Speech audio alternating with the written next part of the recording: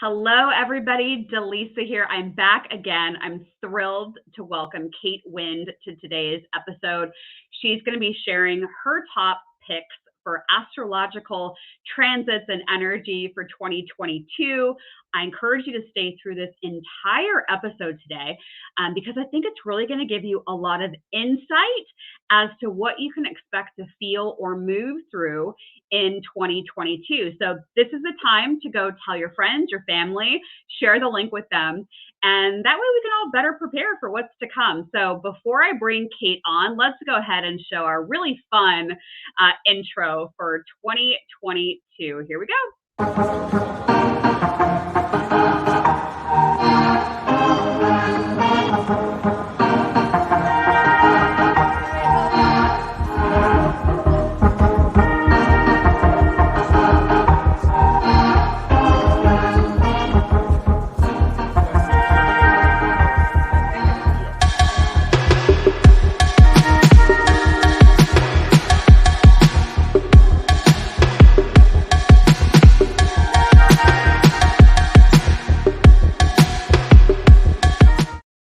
All right, she is no stranger to this YouTube channel.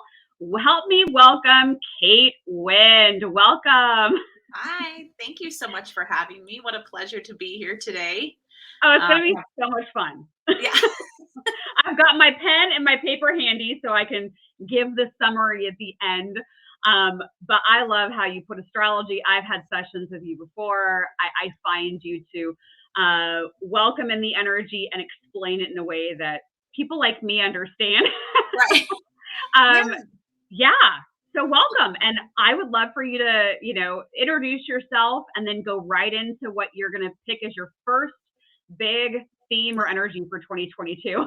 Perfect. Well, thank you for that. I think there's nothing worse than trying to go and listen to like a YouTube or read a book when you're looking for help or insight and there's a bunch of jargon that you're like, I can't even get anything out of this because there's too many words I don't know that I feel like I'm missing big pieces of it. So thank you. I hope that as people are listening today that they feel like, okay, that broke it down.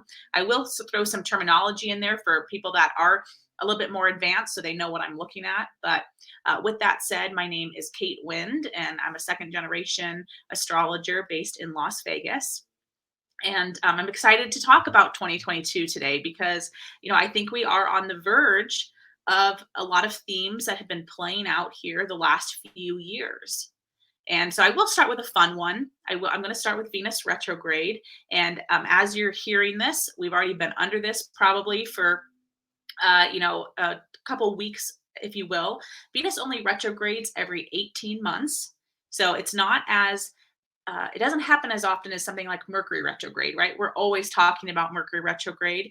And even planets like, Saturn retrogrades every year. So it's pretty common. Where Venus, we only see this every 18 months. So it's happening in the sign of Capricorn. So if you do have any planets in Capricorn, you might want to look in your chart. Anything that sits between 26 and 11 degrees of Capricorn, this will be affecting you more. Or if you have no planets there, just see what house it's falling in. And this can give you great insight as to where you may be reconsidering. So very similar when we talk about Mercury retrograde, it's redo, rethink, reorganize. Well, Venus rules things like love and money and beauty. So you might be reconsidering who you're giving your attention to. You might be reconsidering your look or your aesthetic. And this could be something as simple as I went to a new hairstylist, right? Because a new hairstylist shakes us out of our routine. No hairstylist is going to do our hair exactly like the last person. They're always going to put their flair on it. And so the idea of saying, oh, I've been going to the same stylist for 3 or 4 years, and now she's out on maternity leave. I'm being forced to see someone new. And maybe it's someone that they're recommending, but it's the idea of rethinking our look. Now, unlike Mercury retrograde, where they say, oh, your DMs might be blowing up, you might be hearing from exes or someone reaching out at crazy hours of the morning, trying to slip back in. During Venus retrograde, I might suggest to reconsider that relationship. Now, I'm not saying to make a commitment during Venus retrograde, but I do think it's a good time to rehash, to go down that memory lane. And even if the final thought isn't to get back together, I do think there can be a lot of healing in that energy. So again, I don't suggest to go get married. I don't suggest to start any big financial plans, but it is a great window to have the conversations about it. So if for some reason you were making a big purchase, we were doing a fast tracked wedding, I would stay out of these dates. Okay. So we will take it out to January 29th, and then we will put a 2-week after shadow on that as well. So by after Valentine's Day, we will be free of that energy. Beautiful. I love it. I totally understood all of that. And I just went to a new hairstylist. Did you? Okay, great example of it, right? It just changes it up, even if it's because I moved. And so I had not had my hair done. And then a friend of mine in this town I live in Texas texted me this morning and said, hey, do you want to go get a pedicure on Thursday? I have not had a pedicure since I have lived here. And so it's that beautification, but the newness around it. So totally get it. That's a perfect way. And again, sometimes it doesn't have to be something crazy, right? Just the fact that I moved, well, duh, we have to get a new stylist. It just falls into the energy nicely. The next thing I want to talk about is the new eclipse rotation. So for the past 18 months, all the eclipses the majority of the eclipses that have been happening were on the Gemini Sagittarius axis. Okay. Now we have moved into the Taurus Scorpio axis. I want you to, this is how I want to paint the energy, is think about Sagittarius season from a holiday standpoint. Okay. During Sagittarius season, we overindulge in food because the Thanksgiving period falls into there. We overindulge in spending because we're buying holiday presents during that time. And we probably overindulge in alcohol or, different things like that, right? There is excess happening. And I'm going to throw this point in, even not to confuse anyone, but when we get into Capricorn season, the idea of Christmas, I'm just using Christmas because that's what I'm familiar with, is Christmas usually isn't fun. Christmas is usually like, we have to be here at this time. You have to be wearing matching pajamas. You can't overly drink because grandma is going to be there or something, right? There's a lot of restrictions put on Christmas. And then we get into New Year's and we're saying that Capricorn season saying, lose weight, don't do this, don't do that. Okay. So just to show you the comparison. So because we've been under this Sagittarius energy with the eclipses, think what happened this past year with money. Money was being freely given out, right? And some people would say excessive money was given out, that maybe it wasn't justified, maybe it wasn't right. Now, as we get out of that energy, I think we have to reconsider as we move into the Taurus what we value. So there can be the idea that we're having to address complex financial issues with the more Scorpio side of things. And with the Taurus side of things, I think we're already seeing this kick in where the pricing has changed of everything. We might be reconsidering what we value, what we're willing to buy.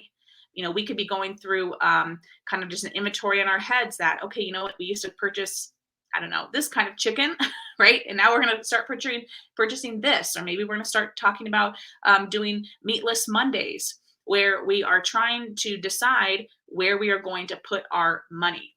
And I think the country as well will be having a lot of discussions about that as well. The other thing that we might throw in is that there could be some upsets with the land with Taurus, where we're seeing more natural disasters. And I don't say that to be scary, but Taurus puts focus on the land. And, usually, unfortunately, when there are some sort of natural disasters, then there are plans that are put into place. And so as that increases, I do think that we'll hear more about the idea of global warming and what we're doing for the Earth, Taurus. I think there'll be a bigger focus on that in the next 18 months. And yes, that has been in the background, but I do think that will be a bigger theme as we continue through this rotation. Okay. That makes a lot of sense. Yeah. And comparing the Sag and the Capricorn energy and we're in Capricorn energy now on the 27th. So that we're likely already feeling that big shift that we just went through, switching from Sagittarius to Capricorn. So is Capricorn's energy tied to Taurus or Scorpio at all? It's not. That's why I didn't want to confuse people by throwing the Capricorn in, but I just wanted to show the difference of how we live in Sagittarius season compared to another season, just to give you the idea that, we were living out that Sagittarius on a very global level, even if we were in Aquarius season, or even if we were in Pisces season. That was an overarching theme that we've been under for the past 18 months. Excess.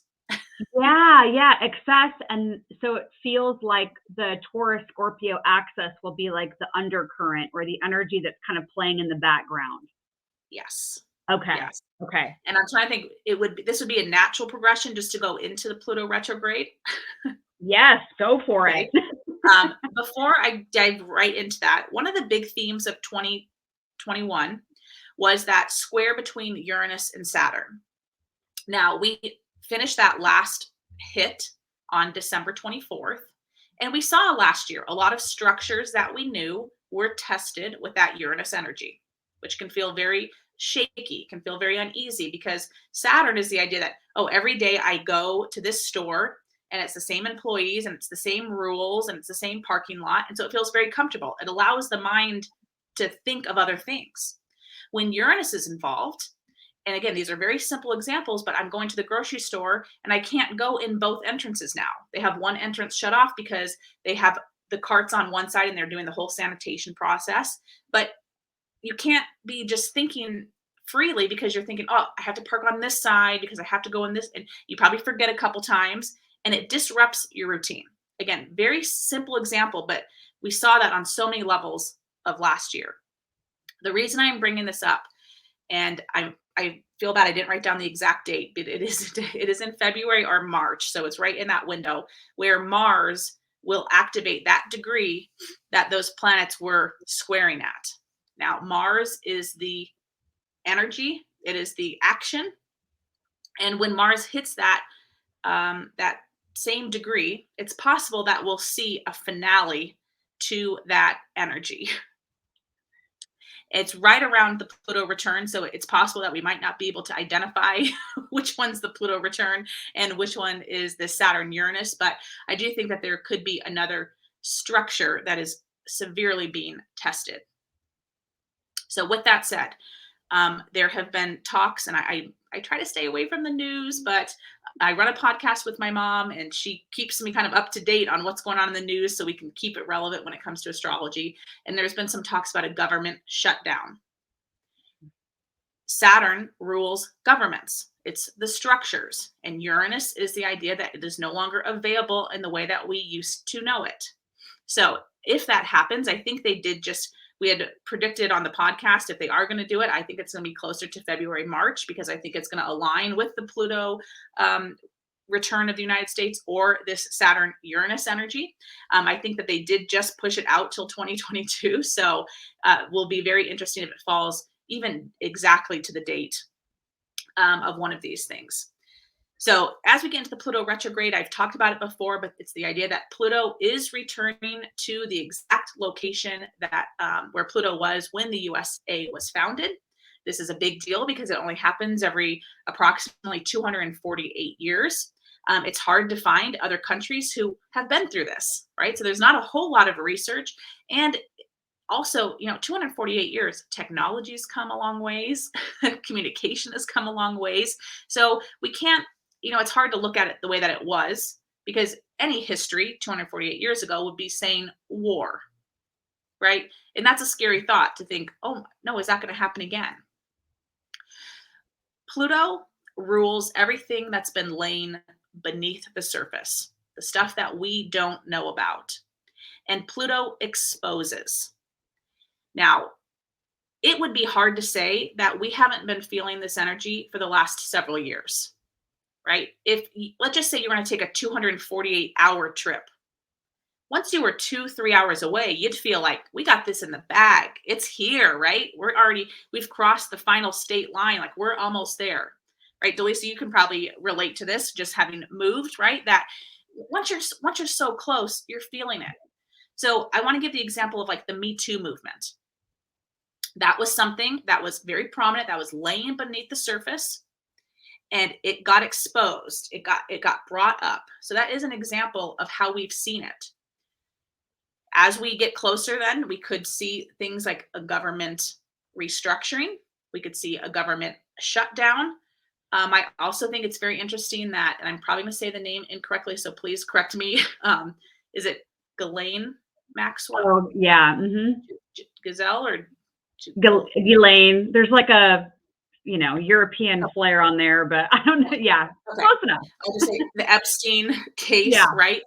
I do think that there will be a lot of exposure, and that has been in the backdrop, right? There's been a lot of talk about things like Pizzagate and, what are people actually doing and what are the celebrities actually linked to? I do think that whatever has been going on, there will be a lot of clarity because it's coming to the surface. What we do with that information, I don't have the exact answer for that, right? But there should be a collapse with what we've known. There will be the idea of the before and after. That's how things used to be, and this is how they are now. That is one of the bigger things. And because Pluto retrogrades every year, Pluto is going to hit it. It's going to retrograde back. It's going to hit it again. So it will be a big theme of 2022. And that is just getting us ready for the bigger theme of Pluto moving into Aquarius. And again, that's going to be a 2023 prediction, but we're finishing up this sector in Capricorn. So we could go back to 2008, 2009, and what did we see? Now I'm hopefully I didn't lose anyone there. On top of the Pluto return, because that's happening at 27 degrees of Capricorn, Pluto will then be flirting with that 29 degrees of Capricorn, which is the finale to what started in 2008, 2009. Well, we did see a collapse in those years, right, with the housing market. So we've lived this before, kind of this ending, and we're going to get a double dose as those two energies meet up. So again, big theme. I think there'll be a lot of storylines about things being exposed, about before and afters. That's the way that it used to be. Could put a big focus on monies, how monies are distributed, how monies are used. I love all of this. I'm going to put you on the spot here. Okay. Because you've looked at the charts, you've studied this, like you understand it. Right. And I think there are a lot of people, especially those that are maybe a little bit more awakened, or they study astrology or other, divination tools, and they feel like they're waiting for the ball to drop. Sure. Because there's been so much tension kind of building, and they feel that it's coming. And I know that you said that with this Pluto return energy, that there's like no going back, that we knew what once was, and now we know what it is now. Do you feel like by the time, because this is really a big hit of it in February, I believe. So when we get through February, I mean, are we waking up like March 1st, like, whoa, things are different? Like, how do you feel this is going to play out? I don't think it's going to be one thing and everyone is now on the same page.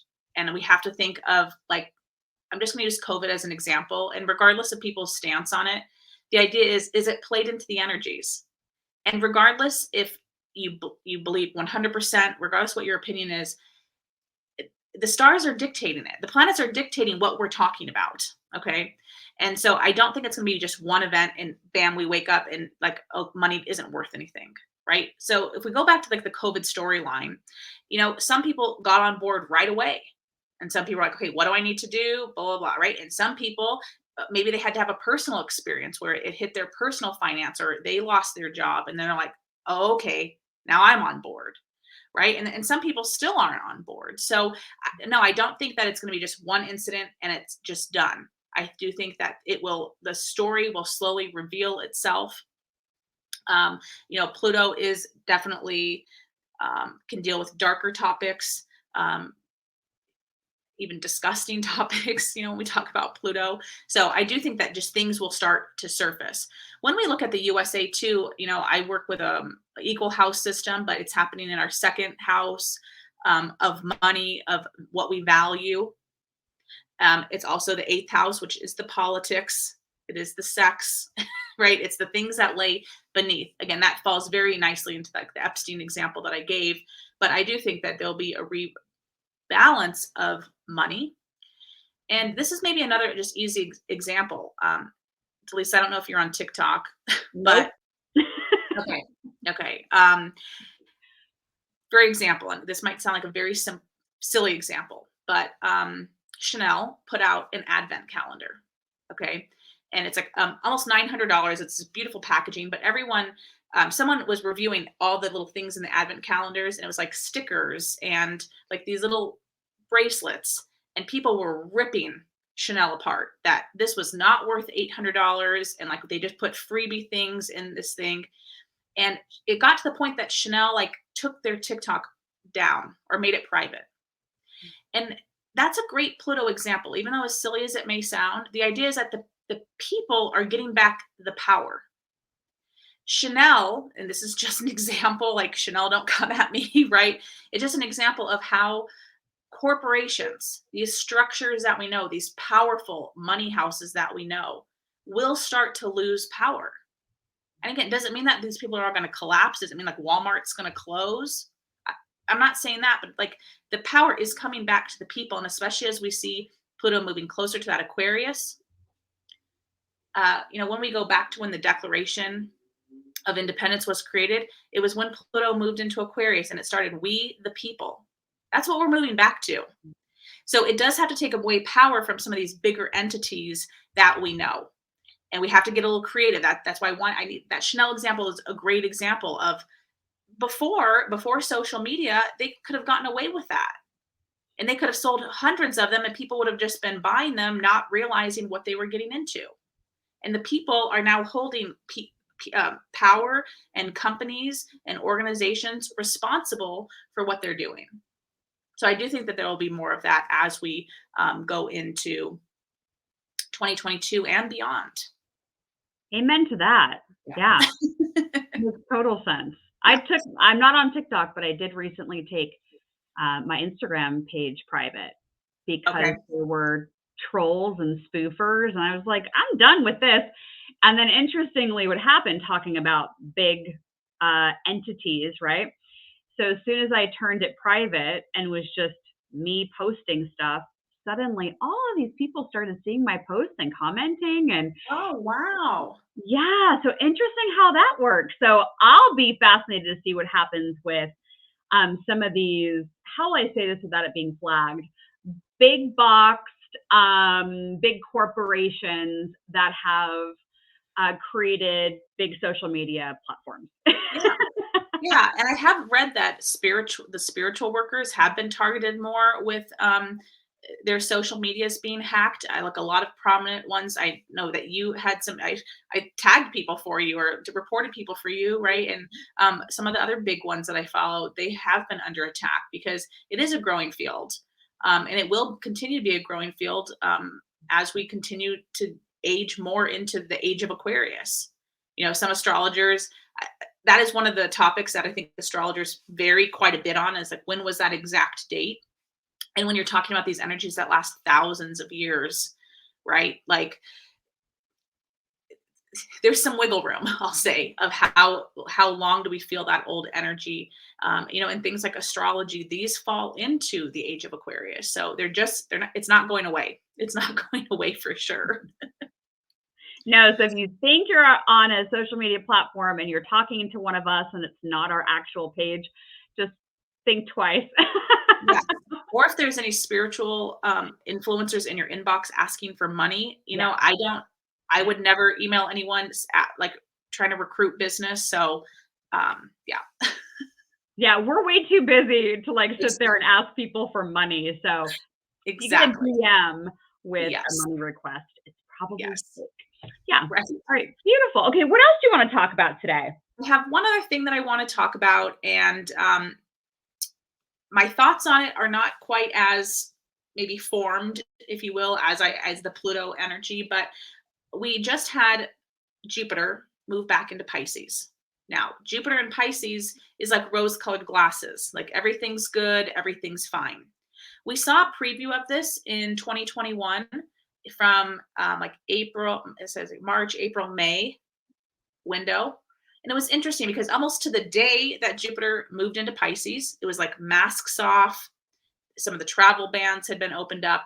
And then to the day that it retrograded back into Aquarius, it was like masks back on. At least in Las Vegas, the dates were, I think, like there was a couple places that they were like almost exact, right? And so we got a little preview of that. Now, can I share when we're recording this? Is that Sure. well, Take the magic out of it. I know. Well, I guess just because it moved back into Jupiter, right, at the end of December. Okay. And so I would hope, right, that we will see that rose-colored glasses coming back for the first few months of 2022. Now, it doesn't seem to align with what we're hearing in the Right. news. Okay. That's what And I so was going to that's where say. I'm really torn because we've seen it. We've seen the hope, the optimism, the expansion come back. And I really hope that that's what we see again, even though I do understand the news that we're hearing does not align with that. Yeah. So, we also have Jupiter in a Jupiter and Neptune conjunction happening next year, which is very magical, very special. Neptune rules the medical field. So there could be just some amazing breakthroughs that we see with, like a pill or, some sort of treatment that could handle this. So I am leaning towards optimism with it, even though I do think it kind of goes against some of the things that I'm seeing. But I'm hopeful for the astrology aspects based on what we've seen in the past. Yeah, it gets me thinking, right? Like what could it be? How could it manifest? And a couple things come to mind. Okay. Because over a year ago they started channeling to me, the road of prisoner and pioneer. And over even like the last week or so, it's felt like those two pathways are starting to grow farther apart, but you can still see each other as you're going along your road. If you're on this road and they're on that road, you can still talk and communicate. You might not be that understood, but you Right. can still kind of move with the energies. So you kind of wonder, one part of it is, could it be that there are groups of people that feel very optimistic about where things are going, but then another group feel like they're in that darker, denser, perhaps murkier or secretive kind of energy or exposed energy? So it could be a split maybe of the two groups even more. And you also kind of wonder, are there things that will be happening that, maybe it is a natural disaster or something that happens with the government and the people have to rise up, and there might be this theme of, rose colored glasses or optimism of the people taking their power back. So it could play out in a few different ways. Right. Yeah, I agree. That's the one that, I'm still kind of watching, I'm still formulating my thoughts on, and especially with it being kind of amongst the backdrop of some other big energies, I'm like, could it take the power away from that? I don't know. Because Jupiter in Pisces is very optimistic. It only happens every 12 years.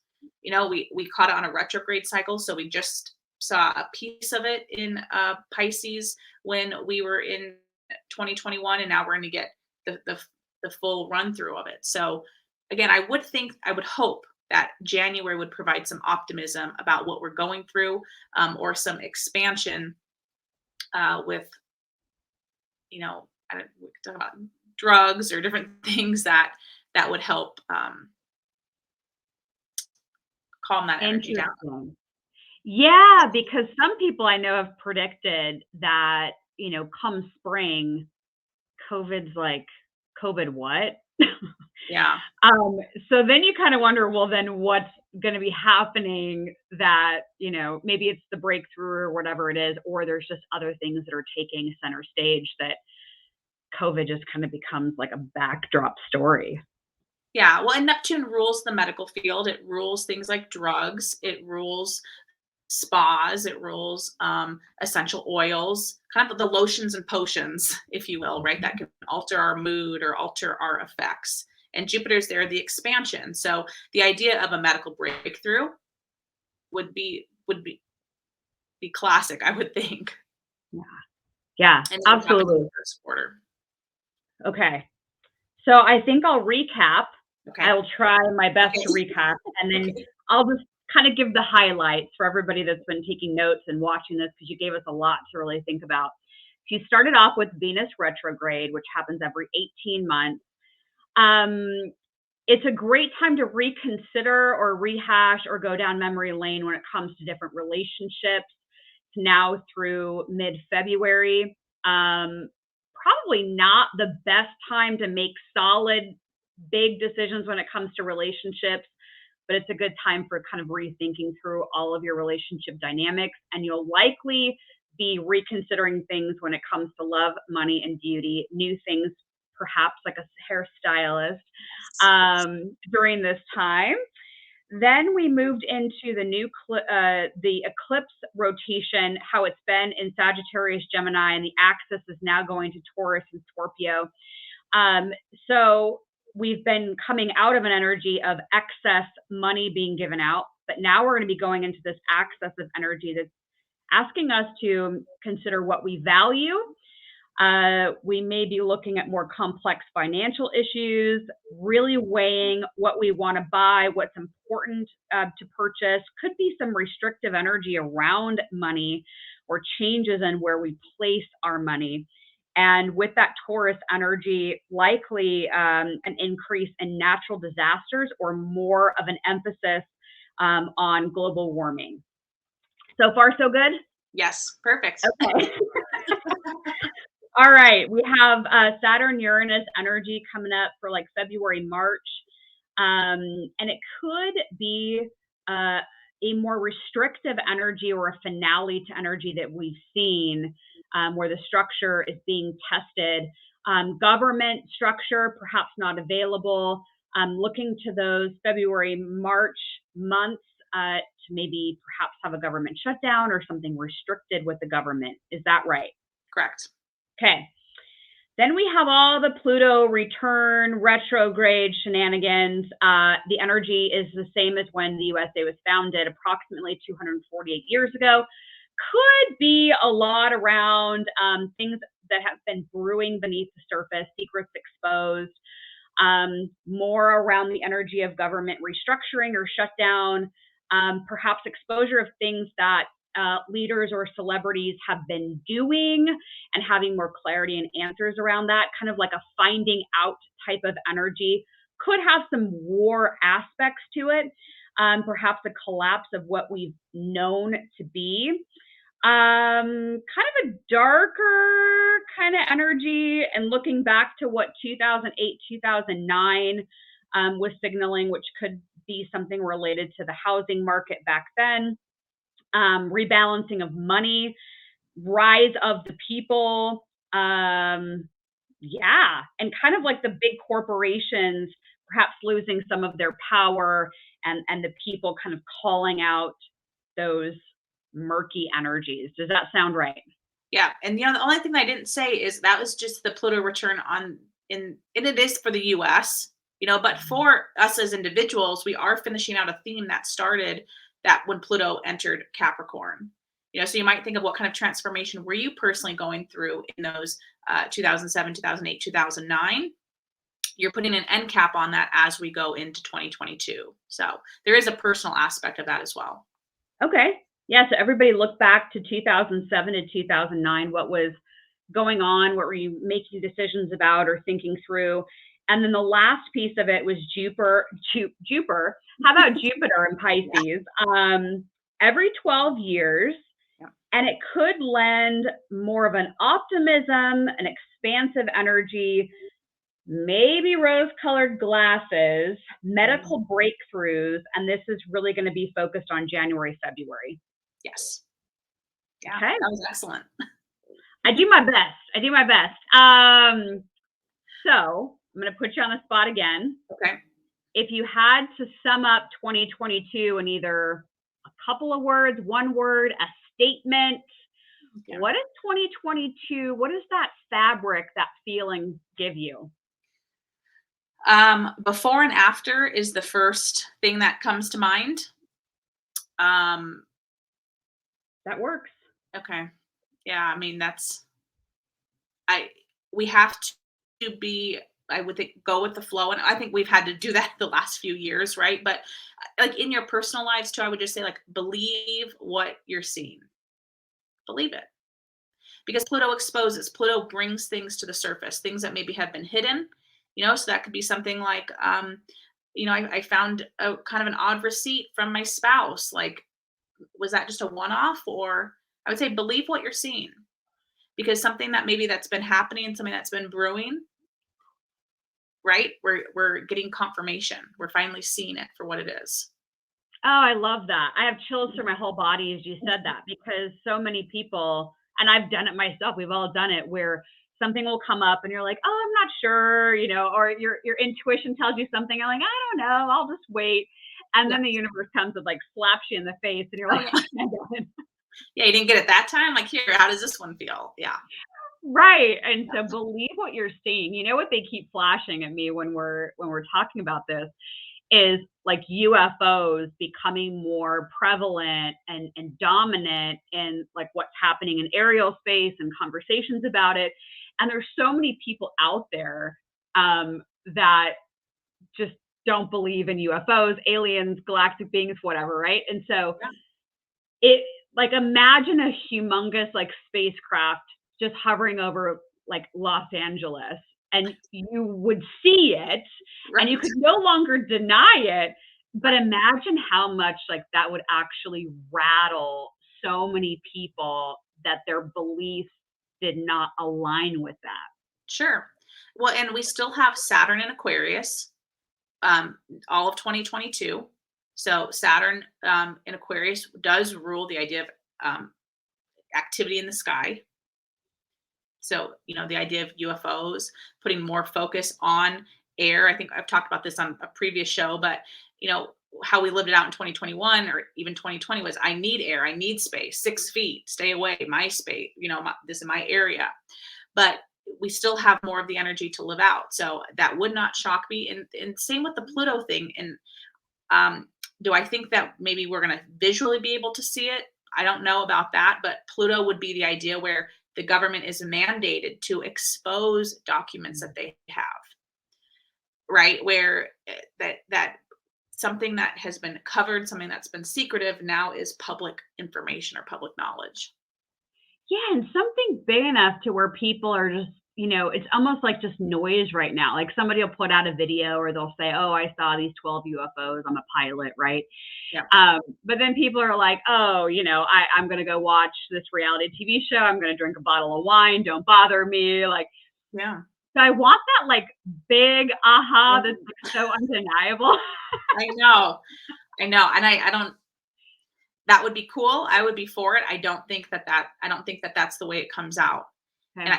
And just go back to like that advent calendar, right? We're not seeing companies just shut down their doors, but we're seeing this shift in power that may be something that was only knowledgeable to certain people of a certain level. Now it's open to people of all different classes or statuses in life. So So not to burst that bubble, but I just want to set some realistic expectations for how we probably will see that energy live out.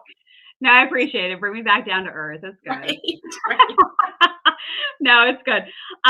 Okay, so your keywords for 2022 are going to be before and Yes. after. And I think that though that statement just speaks volumes about what I really feel, by the time we get to the end of 2022, it's like the light switch has flipped in a different direction. So it makes sense. Yeah. And it's so fun when people ask like, oh, when are we getting back to normal? I'm like, wait, what? I love that idea of like the 2 words, because I think like looking back on 2021 with that Saturn Uranus, it would have been like flexibility. And I think I talked about that, I don't know if with you or at least on my podcast, that I was talking about like, because we're going to see these structures in flux. So we're kind of past that. We've been flexible. Now, what is the change to come? Because Pluto does ensure change. That is one thing, right? So that before and after, I'm excited about it. We came here for a reason, Kate. We're Yes. here for a reason. We just Yes. have to keep reminding ourselves that we did this on purpose. We signed up for this. We did. We did. Well, before we let you go, because this was amazing, I know some people are going to want to know, like, how does this energy affect their chart specifically? Correct. I've got your Instagram scrolling on the bottom, so make sure you check Kate out on Instagram, and you're on Facebook too, right? I am. Yeah. The underscore Kate Wind on Yeah, Facebook. beautiful. So connect with Kate on Instagram, Facebook, TikTok. But tell them also about your website, and they can go on there and book sessions. Yeah, absolutely. So you can find my website at www.thekatewind.com.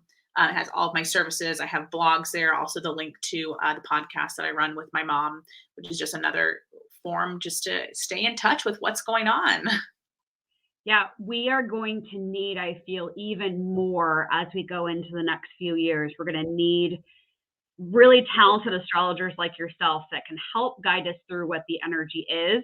Because I feel in like some of the darkest times of my life when I've had an astrology reading, I then know, like, okay, this is temporary. It's my reminder that there's always a light that is coming. And I think astrology can help us to move through what's coming, and to know that we're not alone. So I appreciate you, Kate, and all of your time and energy and talent. And I know people are going to be reaching out to you. So thanks Awesome. for coming on today's show. Absolutely. I really appreciate it. Happy 2022.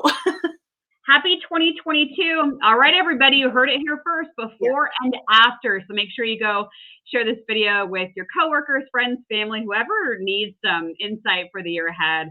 And we were thrilled to be able to join you today, and we will see you again soon. Bye.